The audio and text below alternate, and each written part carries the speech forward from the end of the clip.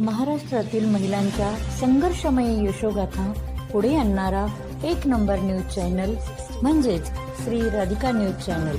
एक पाऊल पुढे, फक्त आणि फक्त महिलांच्या हक्काचे व्यासपीठ. सर्वप्रथम सर्व महिला वर्गांना माझा नमस्कार. मातृदिन येत आहे. मे महिना म्हटला की मातृदिनाची ओढ प्रत्येकालाच लागत असते, जसं मार्च महिन्यामध्ये महिला दिनाची. तर मातृदिनानिमित्त प्रत्येक महिला आपल्या परिवारासाठी काहीतरी करत असते. तर आपण वेगवेगळ्या क्षेत्रातील महिलांना आपल्या इथे बोलवत असतो आणि त्यांची मतं आपण जाणून घेत असतो की त्या काय करतात. तर तसंच आज आपल्या इथे रेखाताई आलेल्या आहेत. स्वागत आहे रेखाताई तुमचं. नमस्कार. तुम्ही प्रॉपर कुठल्या, म्हणजे तुमचं माहेर कुठलं? मनमाड जवळचं नांदगाव, म्हणजे नाशिक जिल्ह्यात. हो, नाशिक जिल्ह्यात. तुमचं लहानपण कसं गेलं, म्हणजे भाऊ बहीण? एक भाऊ एक बहीण, म्हणजे आम्ही तिघं बहीण भाऊ आहे. हां. लहानपण अगदी मजेत गेलेलं आहे, कारण वडील नोकरीला होते. थोडासा प्रॉब्लेम लग्नानंतर झाला, पण मग त्यातूनही आपण काहीतरी मार्ग निघत असतो. म्हणजे प्रत्येक गोष्टीला सोल्युशन असतं त्याप्रमाणे. तर तुम्ही जेव्हा शाळेत जात होते, जसं भाऊ बहीण म्हणतात ना की भाऊ बहीण हे खोडकर असतात, हो हो. तसं तुमच्या बाबतीत कसं झालं? हा, भाऊ मोठा होता, तो माझं नाव नव्हतं. माझ्या बहिणीचं आणि माझं नेहमी भांडण होत असेल. म्हणजे बहीण भावंड म्हटले की ह्या गोष्टी काही वावग्या ठरत नाही, होतच असतात. प्रत्येकाच्या घरात ते होतं. तर म्हणतात ना की जे भांडतात त्यांच्यामध्ये प्रेम जास्त असतं, तेव्हाच ते आणि आता भांडण करतात. भेटण्यासाठी इतक्या उत्सुक असतो आम्ही की कधी भेटू, पण मग आता वेळ नाही आता वेळ नाही. असं.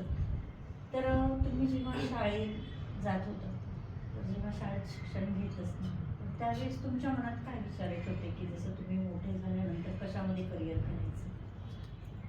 ॲक्च्युली माझं वेगळंच फील्ड होतं. मला म्हणजे असं सिनेसृष्टी किंवा नाटक वगैरे याच्यामध्ये खूप इंटरेस्ट आहे. आणि मी आधी केलेलं पण आहे, 3 अंकी नाटक वगैरे, एक टेलिफिल्म पण केलेली आहे. आता त्या गोष्टीचं बरेच वर्ष झाले ना लग्नाच्या आधी, त्याच्यामुळे एवढं काही मी कुणाला सांगत नाही. पण नंतर लग्नानंतर आपोआपच थोडं वेगळं होतं. मग मी पार्लर निवडलं, घर सांभाळून काहीतरी करायचं आहे. पार्लर आणि टेलरिंग आहे माझं स्वतःचं पार्लर आणि टेलरिंग. तर मग जेव्हा तुमचं लग्न झालं, लग्नानंतर सासरी आल्यानंतर मग म्हणतात ना की सर्व काही नवीनच असतं सासरी आल्यावर. जसं फॅमिली वेगळी पडते, आईवडिलांच्या घरी फ्रीडम असतो, सासरी तसा नवीन नवीन आपल्याला माहिती राहत नाही. तर मग कसा अनुभव आहे तुम्हाला नवीन? नवीन महिना 2 महिने चांगलं झालं माझं, म्हणजे नात्यातच दिलंय चुलत आत्या. हां हां हां. पण मग 2 महिन्यातच कळालं मला की काही खरं नाहीये. पण कसं तरी चाललं. मग एक मुलावरच थांबलेली की नको, पुढे त्याचं भविष्य महत्वाचं. आणि मुलाचं करिअर हे महत्वाचं असतं. कारण की म्हणतात ना की आपण जे काही करतो ते परिवारासाठी करत असतो आणि त्यांचा विचार आपलं केलेलं असतं आणि आपण मुलांसाठी काहीतरी करावं की जेणेकरून आपण जो काही कुठे स्ट्रगल केला असेल तो त्यांनी करू नये, हे प्रत्येक आई विचार करतात. किंवा जे आपल्याकडे आज सुख आहे त्यापेक्षा अजून जास्त सुख आपल्या मुलांना कसं मिळेल याचा विचार करतात. तर मग मुलगा काय करतो आता तुमचा? मुलगा आता लास्ट इयरला आहे, ग्रॅज्युएशन कंप्लीट. ग्रॅज्युएशन कोणत्या क्षेत्रात करतो? तो आर्ट साईड करतोय, कारण त्याला आर्मीमध्ये जायचं. अच्छा, व्हेरी नाईस. म्हणतात ना की बघा, परिवाराचा विचार करत करत जगाचाही विचार करणं महत्वाचं आहे. जर बोलले की एकटाच मुलगा आहे, आर्मीमध्ये कशाला पाठवते, पण असं प्रत्येकाने विचार केला तर कसं होईल? प्रत्येक मुलगा फॅमिलीचा विचार करतो. पण उलट माझा मुलगा चांगला आहे की तो सर्वांचाच विचार करतो. सर्वांचाच. मी तेच बोलले आणि एकटा असूनही मग तेवढं तयार आहे. तर मग त्याने जेव्हा हे क्षेत्र निवडलं मुलाने की मला आर्मीमध्ये काहीतरी म्हणजे पुढे करायचं आहे, तर मग त्यावेळेस तुमच्या मनातला विचार काय? नाही, उलट मला म्हणजे प्राऊड फील झालं. जरी माझा एकटा मुलगा असला पण मला खूप आनंद झाला की तो फक्त माझ्या घराचा किंवा माझ्या एकटीचा विचार नाही करायचा, तो सर्वांचाच विचार करतो.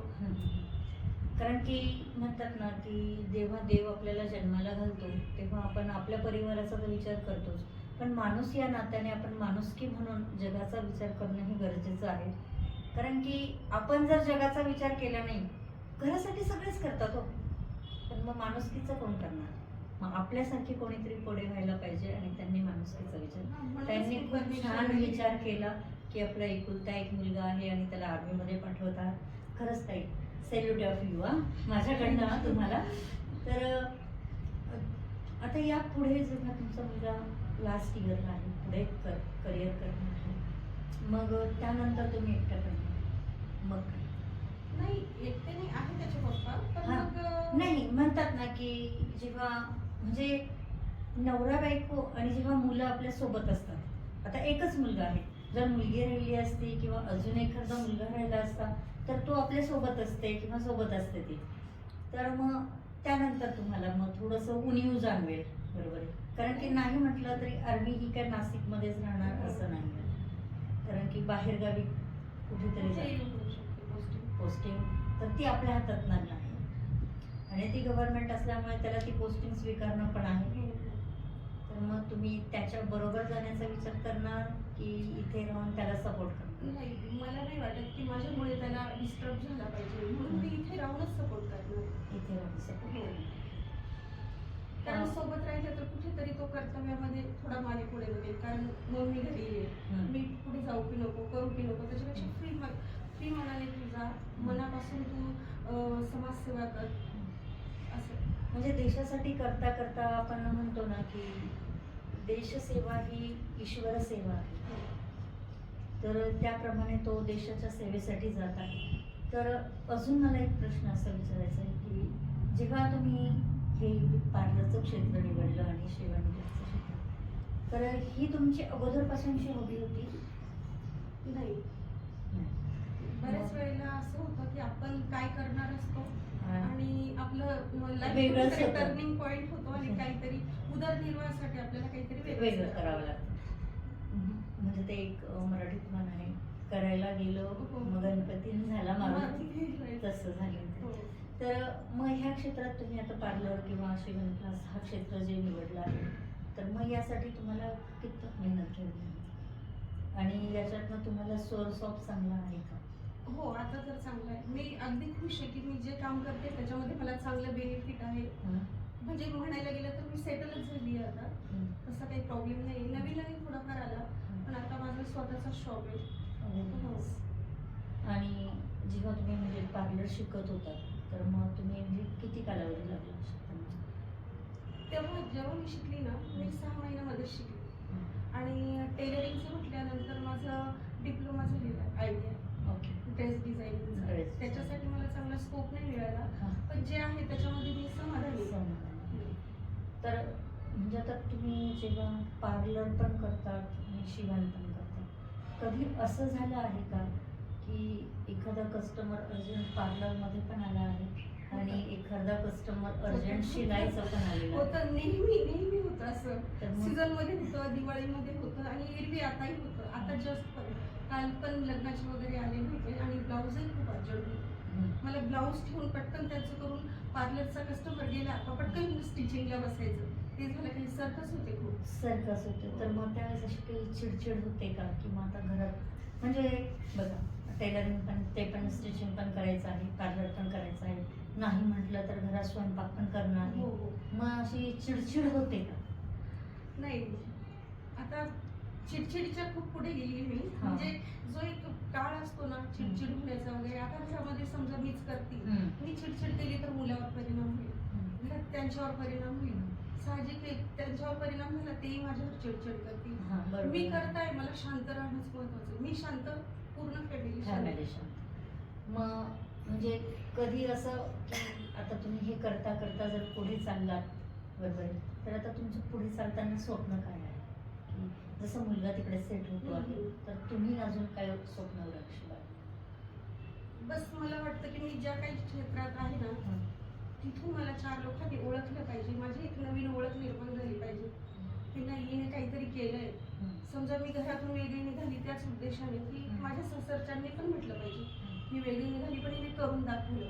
आणि ॲक्च्युली मी खूप कमी वयामध्ये माझं स्वतःचं काहीतरी केलं, स्वतःचा फ्लॅट घेतला, स्वतःचा शॉप घेतला, मुलाला पण शिक्षण वगैरे केलं आणि आम्हाला दोघांना पण नोकरी मिळाली. दोघंही आम्ही टेम्परवारीचं समजा. अच्छा, म्हणजे जे काही आहे ते हो, पण या खूप बिझनेसवर आहे हो. की जसं म्हणजे तुमचं स्टिचिंग आणि पार्लर यावरच तुमचा पूर्ण उदरनिर्वाह नाही, आहे. आणि ते सिक्युरिटीचं करतात. सिक्युरिटी.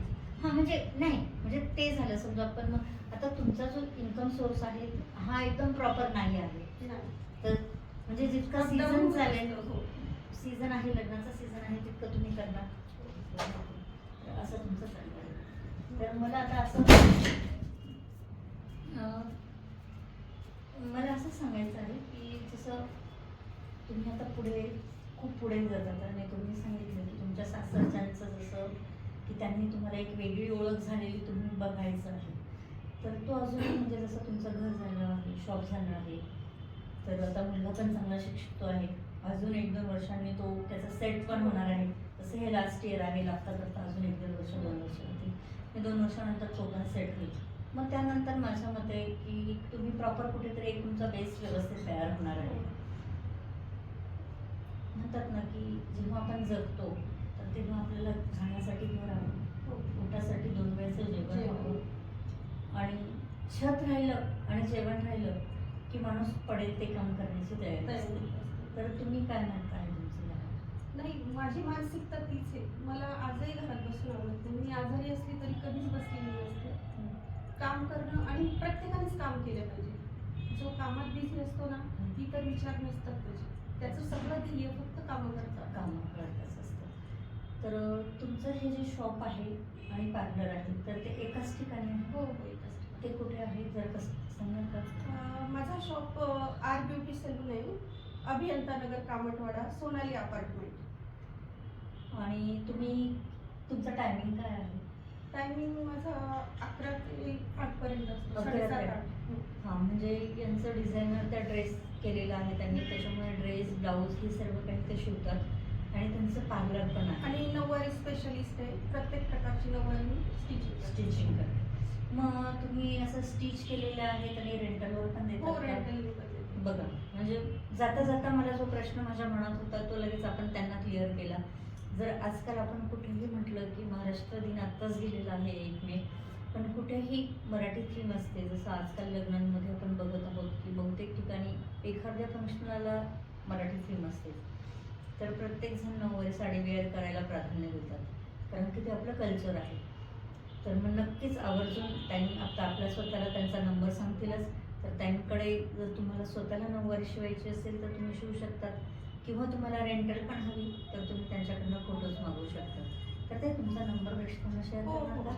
माझा नंबर 9359454222. प्लीज मला कॉन्टॅक्ट करा आणि कुठल्याही प्रकारचं फॅशनेबल ड्रेसेस असले तरी पण स्टिचिंग करून मिळेल आणि नऊवार पण कुठल्याही पद्धतीची.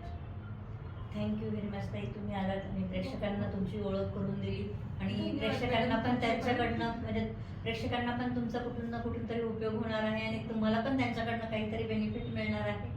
Thank you very much.